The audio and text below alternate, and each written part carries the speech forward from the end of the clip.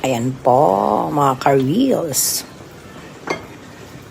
Luto ko for today yung sinigang na buto-buto ng baboy. Ito po yung buto-buto ng baboy na may, yung alam niyo po yung back ng baboy, yung malapit sa buntot.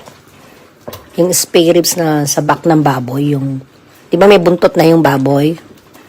So, yun po ang isinigang ko ngayon. Ito po siya.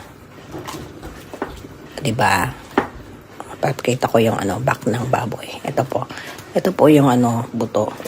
So, malapit na siyang maluto. Nilagyan ko lang siya ng simpleng-simple lang kamatis, patatas, gabi. Yan. Luto na yung ating sinigang pork spare ribs. Hindi siya spare ribs. Buntot ng